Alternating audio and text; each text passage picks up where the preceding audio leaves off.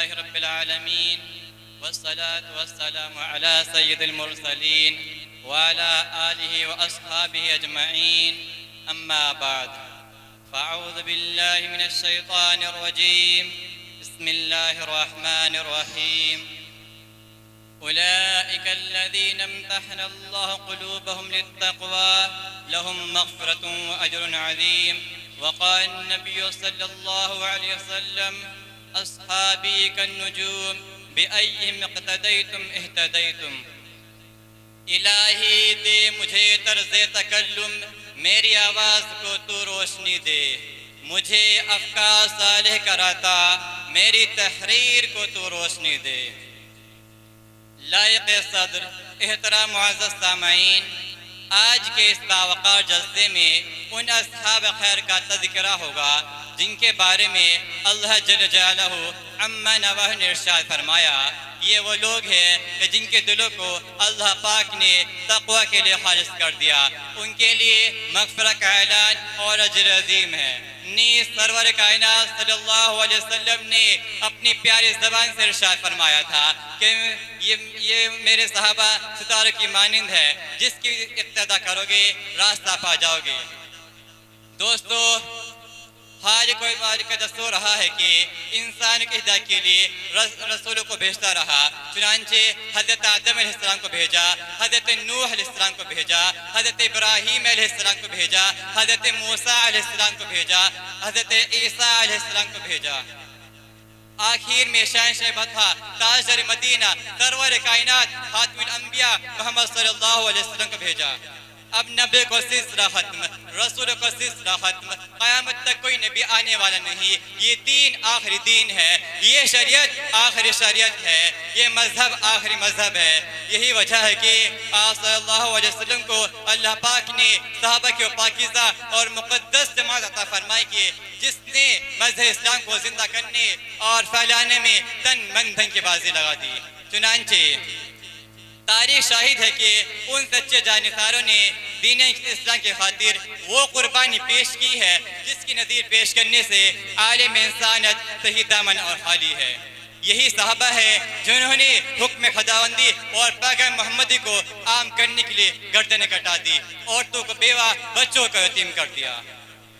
محترم حضرات صحابہ کرام کی جماعت وہ جماعت ہے جس کو رب کائنات نے دستگاہ نبوت کے لیے منتخب فرمایا ہادی آدم صلی اللہ علیہ وسلم کو ان کا معلم بنایا اور کتاب ہدایت قرآن پاک عطا فرمائی علامہ الغیوب نے خود ان کا امتحان لیا صحابہ کے مقدس گروہ امتحان میں پورا اترا خداوند قدوس نے انعام میں رضی اللہ عنہ ورضوا عنہ کا مستہ سنایا حقیقت یہ ہے صحابہ کرام دین کے ستون ہیں صحابہ کرام کنتم خیر امت کے بلا واسطہ مخاطب ہے دوستو صحابہ پاک باز ہے ان کے قلوب تقوی طہارت سے لبریز ہے قرآن پاک میں جا بجا اللہ نے ان کی تعریف فرمائی قرآن پاک ان کی تعریف میں رتب اللسان ہے کہیں فرمایا اولئک هم المفلحون کہیں فرمایا اولئک هم الصادقون کہیں فرمایا اولئک هم الراشدون کہیں فرمایا اولئک هم الفائزون حدیث پاک میں رسول عربی صلی اللہ علیہ وسلم نے فرمایا بخاری شریف کی روایت ہے اگر تم میں سے کوئی شخص احد پہاڑ کے برابر بھی سونا خرچ کرے تو صحابہ کرام کے ایک پاؤ کے برابر نہیں اللہ اکبر ملت اسلام کے جیالو صحابہ واجب الاحترام ہے ان کا تذکرہ اچھائی کے ساتھ کرنا لازم اور ضروری ہے یہ وہ صحابہ ہے جنہوں نے دین اسلام کے لیے زندگی وقف کر دی تھی یہ وہ صحابہ ہے جنہوں نے نئی نئی دھن کو چھوڑ کر صدائے جہاد پر لبیک کہا یہ وہ صحابہ ہے جن کی لاش کو فرشتوں نے غسل دیا یہ وہ صحابہ ہے جو موت سے نہیں بلکہ موت ان سے ڈرتی تھی یہ وہ صحابہ ہے جن کو سمندروں نے راستہ دیا یہ وہ صحابہ ہے جن کو شیر نے سواری دی یہی وجہ ہے کہ دربار رسالت سے ان کو اصحاب النجوم کا مستہ ملا قرآن نے ان کی تعریف کی رسول نے ان کی تعریف کی اللہ نے ان کی تعریف کی مگر اے مذہب اسلام کے متوالو آج سے 14 سال پہلے ہی خاتم الانبیاء محمد صلی اللہ علیہ وسلم نے اپنی پیاری زبان سے فرمایا تھا کہ یہ میری امت 73 فرقوں میں تقسیم ہوگی ہر فرقہ ناری اور جہنمی ہوگا مگر ایک فرقہ نجات پانے والا ہوگا نجات پانے والا فرقہ وہ ہوگا نجات پانے والا فرقہ وہ ہوگا جو میرے اور میرے صحابہ کے نقش قدم پر گامزن ہو۔ دعا کیجئے کہ خالق اور السماء پورے عالم کے مسلمانوں کو عقیدے کی سلامتی عطا فرمائے اور اسلام دشمنوں طاقتوں کا خاتمہ فرمائے، اور اللہ پاک ہم سب کو صحابہ کرام رضی اللہ عنہم ورضوا عنہ کا احترام نصیب فرمائے، آمین۔ وآخر دعوانا ان الحمدللہ رب العالمین۔ الحمد لله رب العالمين، والصلاة والسلام على سيد الأنبياء والمرسلين وعلى آله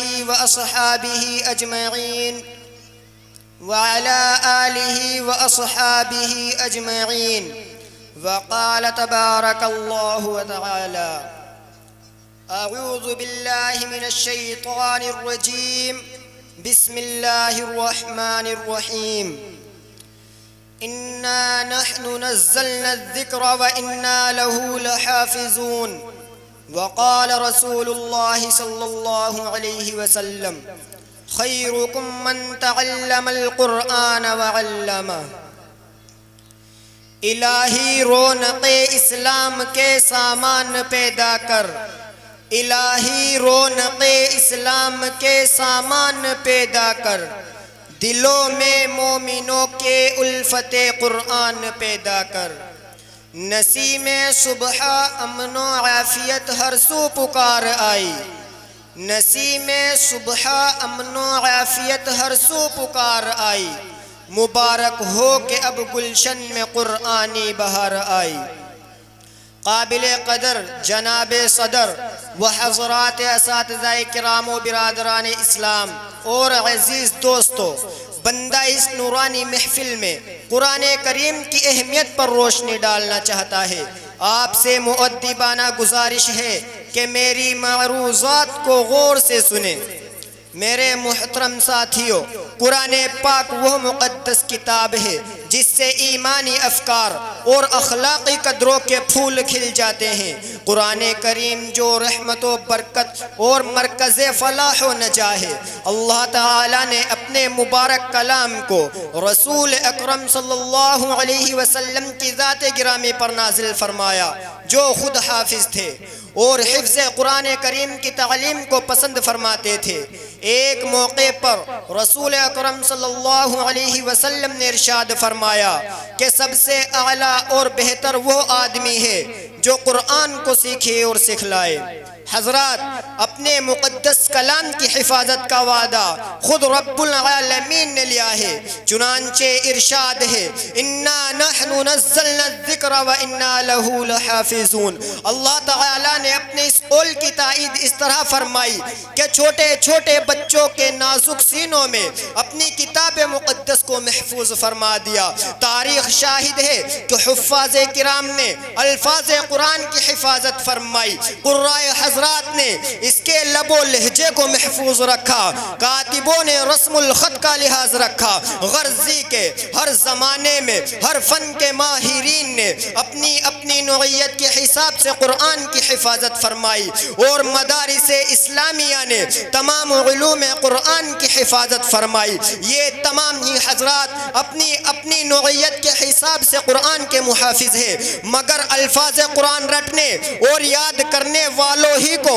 حافظ کے مبارک لقب سے ملقب و مشہور کیا گیا، اس لیے کہ جب اللہ تعالیٰ کا پیغام حضرت جبرائیل علیہ السلام تاجدار مدینہ جناب محمد الرسول اللہ صلی اللہ علیہ وسلم پر لاتے تھے تو آپ جلدی جلدی پڑھنے لگتے تھے، تو اللہ تعالیٰ نے فرمایا: ان علینا جمعہ و قرآنا، کہ قرآن کریم کا سینے میں جمع کر دینا اور پڑھوا دینا یہ ہماری ذمہ داری ہے۔ امت محمدیہ کے متوالو، حفظ قرآن کرنا باعث نجات ہے اور خیر و برکت کا ذریعہ ہے۔ جس قلب میں قرآن ہے وہ فرمان الہی کا مرکز ہے، اور جس قلب میں قرآن کریم ہے وہ معرفت الہی کا محور ہے، تو پھر کیوں نہیں وہ جنتی ہو سکتا؟ حضرت انس رضی اللہ عنہ سے روایت ہے کہ جو شخص اپنے بیٹے کو حفظ کرائے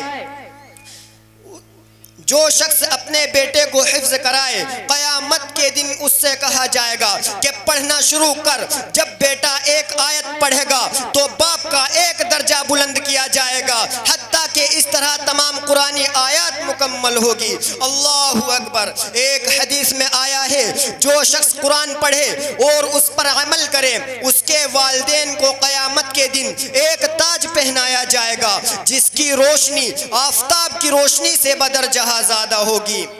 محترم حضرات، حفظ قرآن کریم کرنا، حفظ قرآن کریم کی جتنی فضیلتیں ہیں اتنی وعیدیں بھی ہیں، اس لیے حافظ قرآن کو چاہیے کہ وہ اپنے کو ہمیشہ گناہوں سے باز رکھے اور نوافل میں اور چلتے پھرتے قرآن کریم کی تلاوت کرتا رہے۔ اگر کوئی حافظ قرآن پڑھنا چھوڑ دیتا ہے یا برائی میں ملوث ہو جاتا ہے تو قرآن اس کے سینے سے ایسا نکل جاتا ہے جیسے پیاسی اونٹنی پانی کی طرف دوڑتی ہے۔ آج کے دور میں بہت سے حضرات حفظ قرآن کو فضول سمجھتے ہیں، جبکہ آقا مدنی جناب محمد رسول اللہ صلی اللہ علیہ وسلم نے ارشاد فرمایا جہنمیوں کو جنت میں لے کے جائے گا۔ وہ معزز تھے زمانے میں مسلمان ہو کر، وہ معزز تھے زمانے میں مسلمان ہو کر، ہم خار ہوئے تاریک قرآ ہو کر۔ جسے فضول سمجھ کر بجھا دیا تو نے وہی چراغ جلاؤ تو روشنی ہوگی۔ السلام علیکم ورحمۃ اللہ وبرکاتہ۔